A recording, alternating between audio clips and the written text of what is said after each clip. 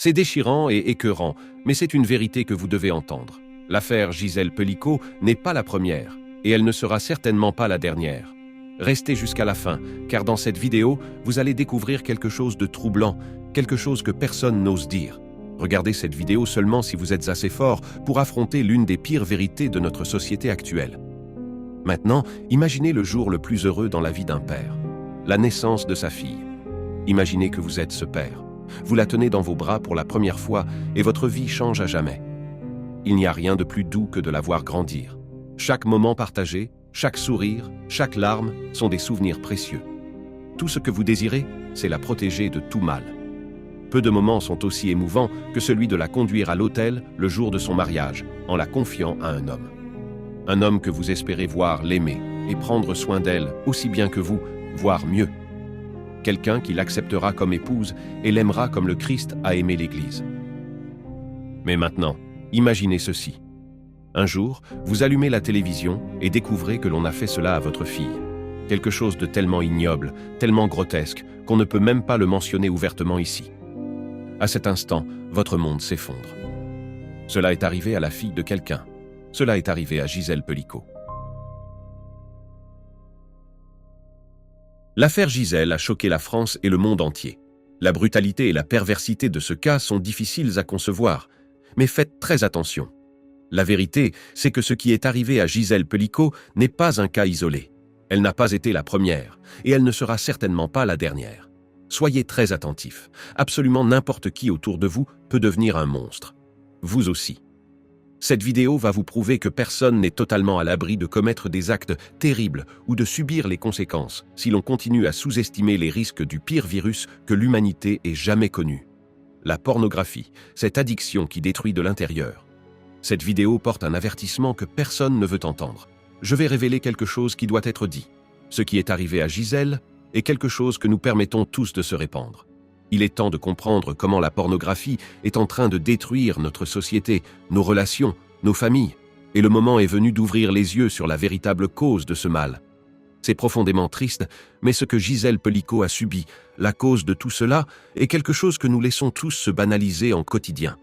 Restez jusqu'à la fin, car ce que vous allez découvrir ici changera à jamais la manière dont vous voyez le monde qui vous entoure. Et à la fin, nous parlerons de la seule solution pour affronter ce problème. Partagez dans les commentaires ce que vous pensez de ce sujet et n'oubliez pas de diffuser ce message d'alerte pour lutter contre ce problème réel et croissant. Nous avons laissé une proposition unique dans le lien du premier commentaire épinglé pour que vous puissiez vous libérer de ce problème une bonne fois pour toutes. N'oubliez pas d'y jeter un coup d'œil. Il est peu probable que vous n'ayez pas entendu parler de cette affaire ces derniers jours, mais voici en résumé ce qui s'est passé. Gisèle Pelicot est une femme française de 71 ans qui est devenue tristement célèbre à cause d'une affaire choquante. Son mari, Dominique Pelicot, avec qui elle a vécu pendant plus de 50 ans, a été accusé d'avoir mis de fortes doses de somnifères dans sa nourriture pendant près d'une décennie et de l'avoir offerte à des dizaines d'hommes pour avoir des relations avec elle alors qu'elle était inconsciente, pendant qu'il enregistrait chacun des actes. Avant tout, la première chose que nous devons faire est de prier pour cette femme. Nous, en tant que frères et sœurs en Christ, demandons au Seigneur Jésus de guérir les blessures profondes qu'elle ressent en ce moment. Que le Saint-Esprit l'entoure de tout son amour, atteignant cet endroit de douleur que personne ne peut comprendre et que seul le baume de l'Esprit est capable de guérir. Nous demandons à chacun d'entre vous qui regarde cette vidéo de prendre un moment pour intercéder pour la vie de cette sœur et aussi pour celle de sa fille. Mais comment la famille de Gisèle a-t-elle réagi à cet acte innommable ? Caroline, la fille de Gisèle Pelicot, mène un combat courageux, dénonçant le cas en mettant l'accent sur la soumission chimique, un acte dévastateur qui a effectivement été commis contre sa mère. Elle a même créé le mouvement « M'endors pas », cherchant à sensibiliser et protéger d'autres femmes de cette tragédie. Cependant, je voudrais, avec tout le respect du monde, dire que le vrai problème va bien au-delà de ce que Caroline combat. La véritable cause et le danger réel sont plus profonds et souvent invisibles aux yeux de la société. La véritable cause est quelque chose dont presque personne ne parle. La pornographie. L'affaire de la famille Pelicot est la matérialisation des ravages que peut causer la pornographie. Caroline se concentre sur l'acte visible, elle se focalise sur l'outil utilisé, mais ce qui alimente vraiment cette barbarie, ce n'est pas la soumission chimique, mais bien la désensibilisation extrême provoquée par la pornographie. Bien sûr, la douleur de la fille est incommensurable. En plus de voir sa mère détruite par cet acte brutal, elle a aussi découvert que des images intimes la concernant circulaient. Je ne peux même pas imaginer à quel point cela doit être dévastateur pour une fille. C'est pourquoi il faut souligner qu'elle fait preuve d'une grande force en ayant encore le courage de défendre une cause pour empêcher que cette horreur ne frappe d'autres familles. Cependant, je voudrais dire qu'elle dirige ses efforts dans la mauvaise direction et adopte une approche qui contribuera peu à combattre réellement ce qu'elle souhaite. La soumission chimique n'est qu'un outil, loin d'être la cause principale. Tant que nous nous concentrons sur ce problème secondaire, la véritable origine, la pornographie, continue d'alimenter l'imagination de nombreux individus avec toutes sortes de perversions qui finiront par se matérialiser. Ce que produit l'industrie pornographique ne peut pas rester normalisé et continuer à s'infiltrer dans nos foyers comme l'une des plus grandes menaces pour nos familles. Vous pouvez en être certain, tous ceux qui sont impliqués dans cette affaire étaient des addicts à la pornographie. Pas seulement Dominique Pellicot, mais aussi les 92 hommes impliqués dans cette affaire. La police a même découvert que beaucoup d'entre eux possédaient du matériel impliquant des mineurs. C'est plus qu'alarmant. Je ne dis pas que chaque personne accro à la pornographie est un psychopathe, mais tous les psychopathes impliqués dans ce genre de crime ont un historique de dépendance à la pornographie. Cela a été étudié et prouvé. La pornographie modifie le cerveau, et dans cette vidéo, nous allons expliquer comment cela se passe d'une manière que vous n'avez jamais vue auparavant. Une étude menée par une université australienne explique précisément cette relation. Leur dernière étude montre qu'une forte exposition à la pornographie chez les jeunes contribue à perpétuer les violences faites aux femmes. L'enquête a montré que la pornographie est associée à une gamme d'attitudes et de comportements nocifs, notamment les comportements sexuels à risque, une plus grande objectivation sexuelle des femmes, l'acceptation du mythe du viol, ainsi que la coercition et l'agression sexuelle. Avec tout le respect dû à la douleur, au combat et au mouvement organisé par Caroline, le problème qui a conduit à cette terrible conséquence pour elle et sa mère n'a jamais été simplement la soumission chimique. Par conséquent, le mouvement « M'endors pas » aura un effet très limité. Le véritable changement ne se produira que lorsque nous reconnaîtrons qu'il faut déclarer la guerre à la pornographie. C'est la pornographie qui tue l'amour, qui déshumanise et qui transforme les gens en monstres. Nous devons identifier le véritable problème pour éviter que d'autres tragédies comme celle-ci ne se produisent. Et je vais vous prouver comment la pornographie alimente ce qu'il y a de pire chez les gens. Dominique Pellicot a été arrêté alors qu'il essayait de prendre des photos sous les vêtements de femmes. Cette pratique peut être définie comme une paraphilie, qui est un comportement sexuel déviant de la sexualité conventionnelle. De nombreuses paraphilies se développent en raison d'une exposition continue à la pornographie. Il en existe bien d'autres que nous expliquerons plus tard dans cette vidéo. Ce que l'industrie du contenu pour adultes produit rend malade et détruit la société, et de manière absurde, cela passe sous les radars de la majorité d'entre nous. Cela se produit parce que notre cerveau possède deux systèmes principaux, le système liking et le système wanting. Le système liking est responsable des sensations agréables que nous éprouvons lorsque nous recevons une récompense saine, comme partager un baiser ou accomplir une tâche. Le problème, c'est que ce même système est également activé par des stimuli artificiels et synthétiques, comme les drogues et la pornographie, car le cerveau ne fait pas de distinction entre le monde virtuel et le monde réel. C'est pourquoi les substances addictives, comme la cocaïne, le crack et la pornographie, procurent un plaisir immédiat et intense au début. Lorsque ces stimuli atteignent le cerveau, le centre de récompense est activé, libérant une substance appelée CREB. Le CREB a pour fonction de freiner le plaisir, permettant au cerveau de revenir à la normale après l'expérience. C'est ainsi que fonctionne le cerveau de manière naturelle. Cependant, lorsque le système liking est surstimulé, comme dans le cas des drogues et de la pornographie, les niveaux de CREB augmentent tellement que le plaisir commence à être freiné très rapidement. Cela signifie que ce contenu, qui procurait autrefois du plaisir, n'a plus le même effet. L'individu commence alors à rechercher de nouveaux contenus, ou même des pratiques plus extrêmes, pour essayer de retrouver le plaisir perdu. Des niveaux élevés de CREB réduisent également le plaisir dans d'autres aspects de la vie.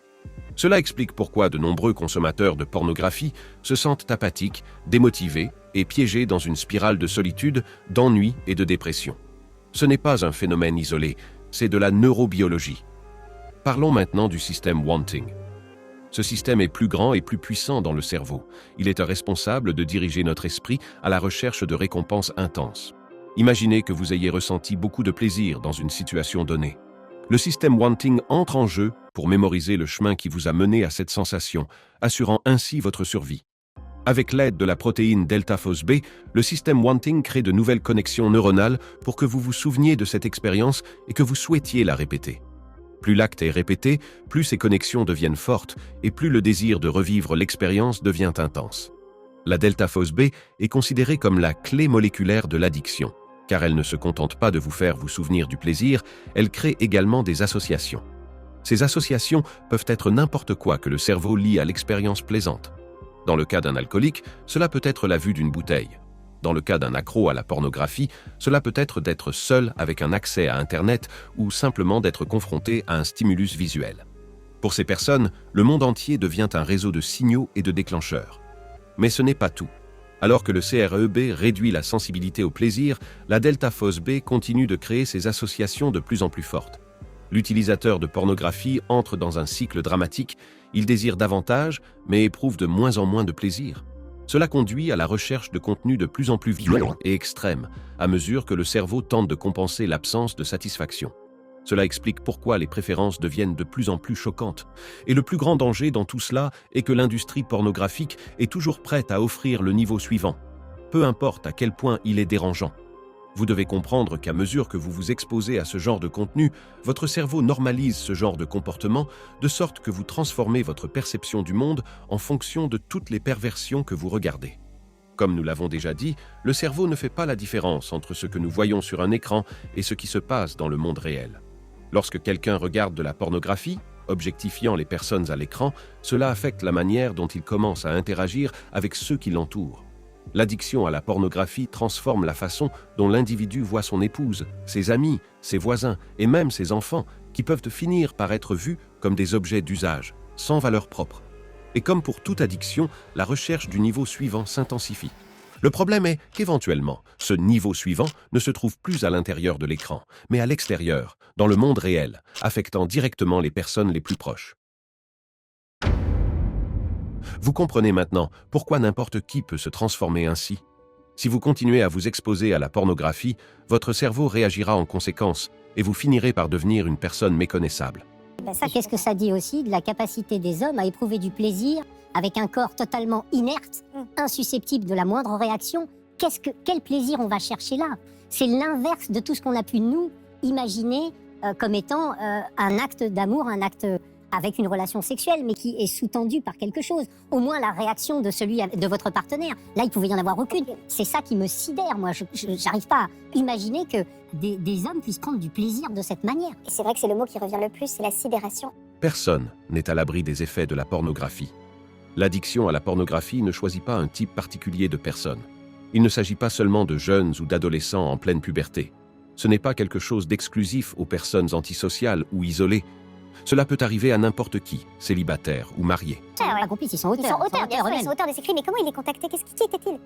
D'abord, tous ces hommes, donc officiellement plus de 83, c'est monsieur tout le monde. Très bien inséré dans la société. Il y a très peu de cas sociaux. Très peu de cas sociaux. Ce sont des gens qui sont issus majoritairement de la catégorie socio-professionnelle plus. On a un journaliste, on a un gardien de centre de prison, on a un responsable en R&D, on a des artisans,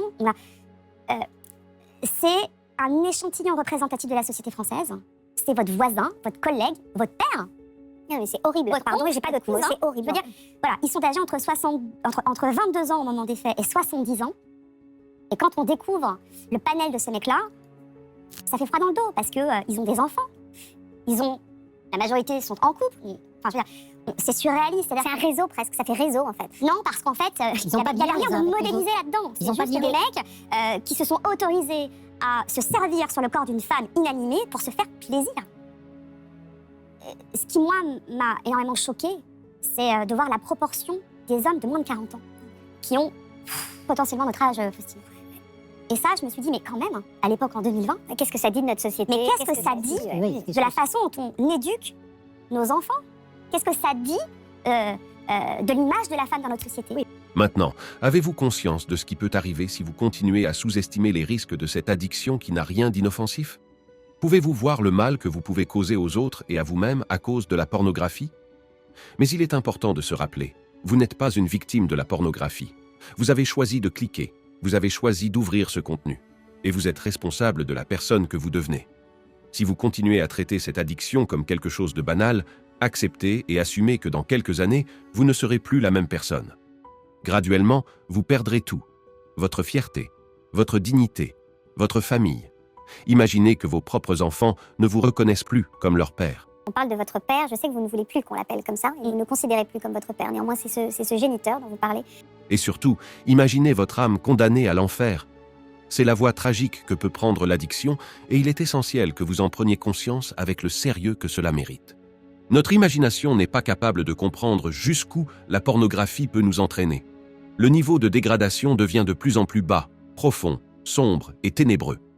Le cas de Dominique Pellicot, aussi choquant soit-il, ne commence pas avec quelque chose d'extrême. Vous avez entendu les témoignages. Sa fille et son épouse disaient qu'il était un homme bon. Et tout le monde voyait qu'il formait un couple heureux avec Gisèle. Ouais. Et ce qui est incroyable dans votre histoire aussi, c'est que vous étiez une famille comme toutes les autres. Rien ne pouvait imaginer. On était une famille unie. Très proche de nous, les enfants, on est 3. J'ai 2 frères, un frère aîné et un petit frère. Moi, je suis au milieu. Je suis la seule fille. On était extrêmement proches de nos parents. Très proche de maman, mais aussi très proche de lui. Donc le jour où on vit cette déflagration, en apprenant ce qu'il a été capable de faire, de fomenter, d'orchestrer au millimètre près, c'est toutes nos fondations qui s'écroulent. Il faut accepter que ce virus qu'est la pornographie ne détruit pas les gens d'un seul coup. Il les corrompt lentement, les transformant en prédateurs, même lorsque la victime est aussi proche que leur propre épouse ou leur fille. Cette addiction progresse et transforme complètement la personne. Personne ne commence à consommer de la pornographie en pensant qu'un jour, il commettra de tels actes et sera exposé sur les réseaux nationaux, dans tous les journaux du monde. Au début, cela semble être quelque chose d'inoffensif, un contenu que l'on regarde juste quelques minutes. Personne ne commence avec des contenus visuellement choquants. Tout commence par de la curiosité, une forme de divertissement ou même un moyen de se détendre. Au début, ce n'est qu'une photo, une visite d'un profil sur TikTok. Mais vous avez maintenant compris que, inévitablement, tôt ou tard, votre cerveau s'habituera au niveau de dopamine libéré pendant cette activité, et vous chercherez toujours un niveau de stimulation supérieur. Peu importe si ce niveau supérieur est moralement acceptable ou même illégal. La question est, êtes-vous prêt à prendre ce risque? Pouvez-vous vraiment dire que vous avez un contrôle total sur cette situation? Pensez-vous vraiment que vous êtes complètement différent de tous les autres addicts qui, un jour, pensaient aussi qu'ils avaient le contrôle de la situation? La nature humaine, en elle-même, est faillible, déchue et pécheresse. Et c'est pourquoi vous ne pouvez pas jouer avec ce danger. C'est pourquoi vous ne devez avoir aucun doute. L'addiction à la pornographie a été le catalyseur du comportement monstrueux et abject dans le cas de Gisèle Pellicot. Et maintenant, comme promis, vous allez comprendre comment vous pouvez développer une série de paraphilies si vous ne prenez pas aujourd'hui la décision de traiter cette addiction. L'exposition continue à la pornographie, même si elle commence de manière apparemment inoffensive, vous conduira toujours à un processus graduel de désensibilisation, où la recherche de stimuli plus forts devient une nécessité de plus en plus intense. Cela ouvre la voie au développement de ce que l'on appelle des paraphilies, des comportements et schémas sexuels considérés comme déviants par rapport à la sexualité conventionnelle. Le problème est que cette progression est subtile et insidieuse, et beaucoup ne perçoivent pas le danger jusqu'à ce qu'ils soient déjà profondément affectés, ou bien après qu'ils aient déjà plongé trop profondément dans cette addiction. C'est pourquoi l'addict à la pornographie n'est pas fiable. Il n'est pas digne de confiance. Il peut perdre l'équilibre à tout moment, et comme tout addict, il croit avoir le contrôle de la situation, minimisant la gravité du problème. L'addiction transforme les gens en prédateurs, en monstres méconnaissables, totalement différents de ce qu'ils étaient auparavant. Et maintenant, je m'adresse directement à ceux qui pensent être au-dessus de tout ça.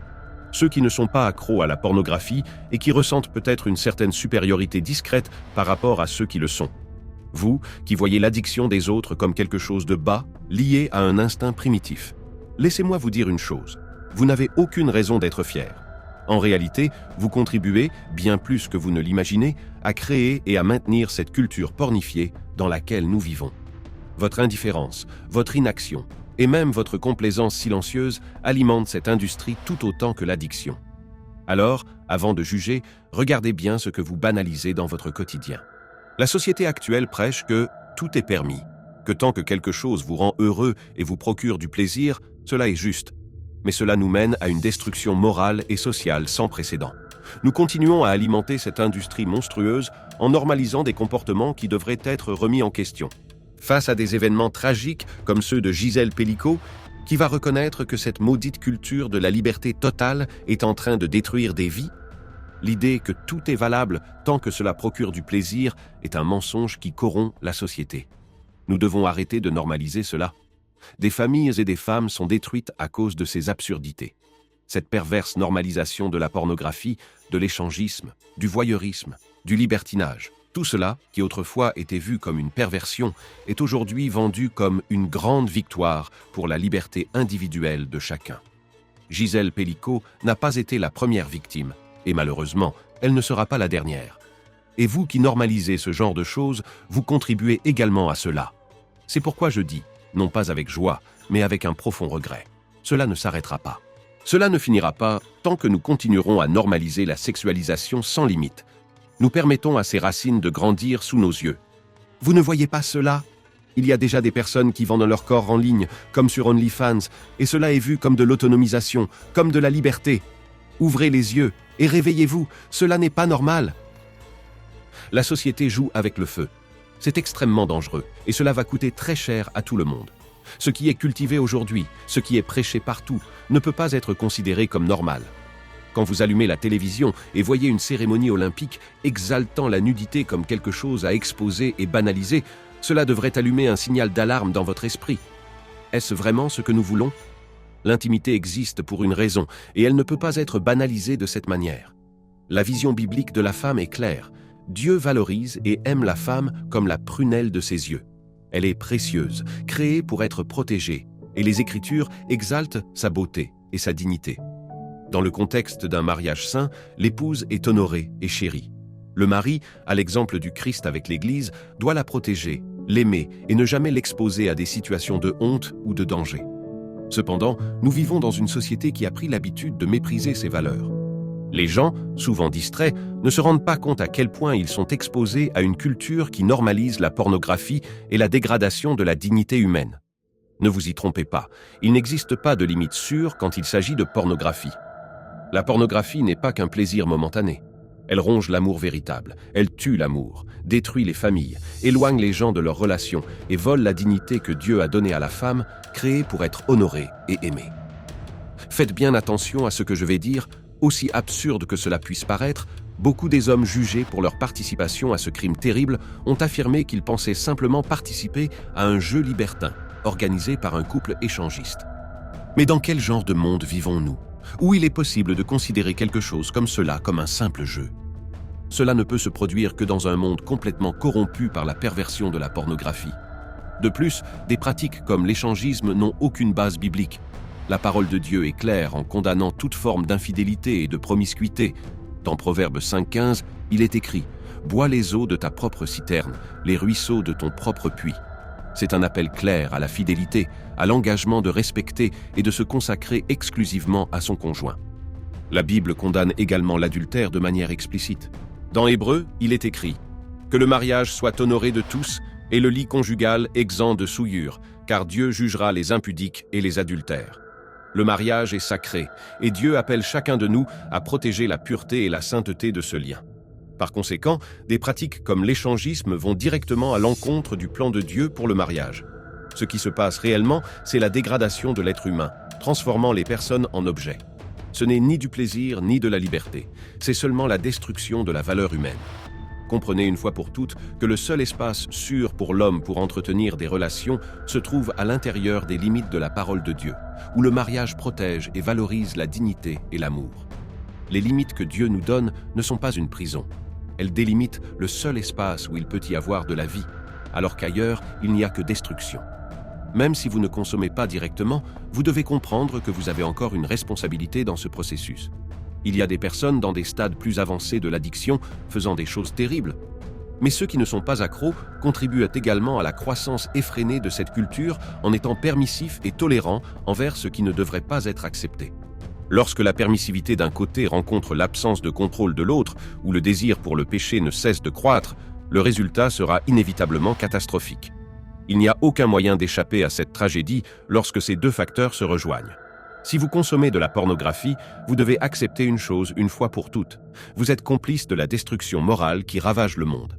Chaque fois que vous cliquez, vous alimentez cette industrie maudite, encourageant la souffrance et la dégradation de femmes et de familles entières. Le cas de Gisèle Pelicot ne sera pas le dernier, et vous avez une part dans cette tragédie. Des milliers d'hommes restent piégés dans ce cercle vicieux tout en prétendant que cela n'a pas de conséquences. Vous pensez que la faute revient aux autres? Que cela ne vous affecte pas directement? Permettez-moi d'être clair, vous êtes directement impliqué dans ce mal. Inutile de dire que vous ne faites que regarder ou que vous ne faites de mal à personne. Chaque fois que vous consommez, vous financez un réseau qui détruit des vies.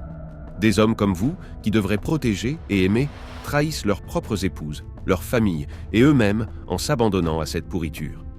Ce que je vais dire maintenant devrait vous remplir de crainte si vous êtes un homme. Cette femme que vous avez mariée avant d'être la fille d'un père terrestre est la fille du Dieu Tout-Puissant, le Créateur suprême de l'univers. Et un jour, chaque homme devra rendre des comptes à ce père sur la manière dont il a pris soin de sa fille. Ne fuyez pas cette vérité. Rappelez-vous que le problème de l'humanité a commencé lorsqu'Adam s'est éloigné de sa responsabilité, et vous répétez cette erreur chaque fois que vous cédez à l'addiction. Bien que la pornographie touche autant les hommes que les femmes, comprenez que vous exposez non seulement vous-même, mais aussi tous ceux qui vous entourent, à cette même saleté. Ne pensez pas que c'est inoffensif. Vous alimentez l'enfer sur terre, et un jour, vous devrez en affronter les conséquences. Si vous consommez ce type de contenu, il est temps de comprendre que vous alimentez ce cycle de destruction. Comprenez une chose, ces scènes ont été filmées et partagées sur Internet. Ce n'est pas un cas isolé. S'il y a des gens qui recherchent cela, sachez qu'il y a aussi des gens qui en profitent, vendant des corps, vendant des âmes. Maintenant, dites-moi, combien vaut une seule âme humaine? Les filles de Dieu ne sont pas à vendre.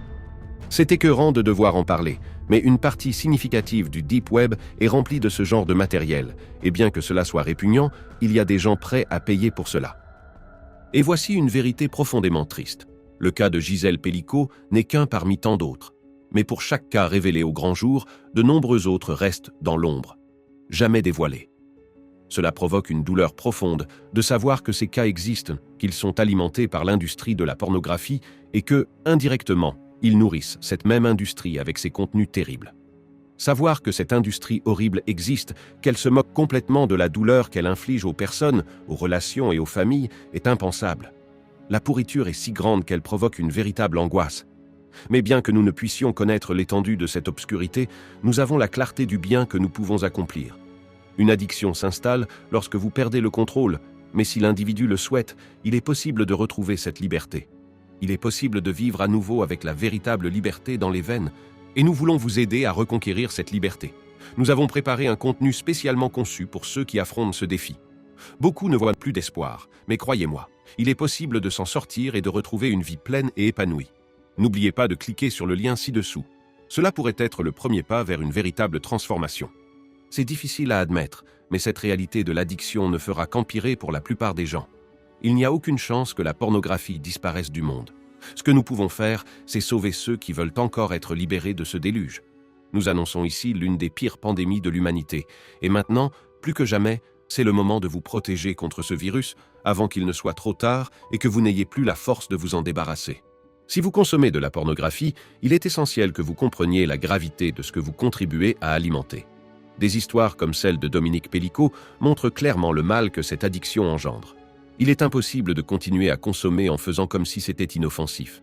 Vous devriez avoir honte de tout ce que vous avez regardé, car ce que vous voyez est la même chose qui a nourri Dominique pendant des années, jusqu'à ce qu'il devienne capable de commettre des atrocités inimaginables contre sa propre femme. Un jour, lui aussi a visité les mêmes sites que vous fréquentez aujourd'hui. Lui aussi pensait que son addiction était inoffensive et n'aurait aucun impact sur sa vie. Est-ce qu'il pense encore la même chose aujourd'hui? Si cette histoire ne vous empêche pas de dormir, c'est que vous avez perdu toute sensibilité à la valeur d'un être humain. La pornographie a déformé votre vision et vous fait voir les gens uniquement comme des corps, des morceaux de chair. C'est profondément triste. Peut-être que vous ne voyez plus de valeur chez les autres parce que vous avez cessé de voir de la valeur en vous-même. Vous devriez avoir honte d'avoir sacrifié tant d'années de votre vie à quelque chose d'aussi dégradant. Mais sachez qu'il y a encore de l'espoir. Il existe une solution pour ceux qui souhaitent se libérer de cette addiction maudite. Moi aussi, j'ai été de ce côté, et aujourd'hui, je suis ici pour ouvrir les yeux des gens sur ce mal, non pas par moralisme, mais par un appel à la dignité humaine. Il faut montrer à l'humanité qu'elle peut goûter à un véritable banquet céleste, au lieu de se contenter de la boue des porcs. Un jour, quelqu'un a fait cela pour moi, et maintenant, je fais la même chose pour vous. Christ a donné sa vie pour vous et pour toutes les victimes qui sont souillées quotidiennement par la pornographie. Aidez à partager ce message et à éveiller ceux qui sont encore piégés dans ce cycle terrible.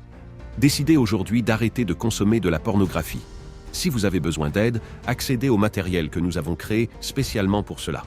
Le lien est dans le premier commentaire épinglé. Ne manquez pas de prier pour cette femme, pour ses familles et pour les accros.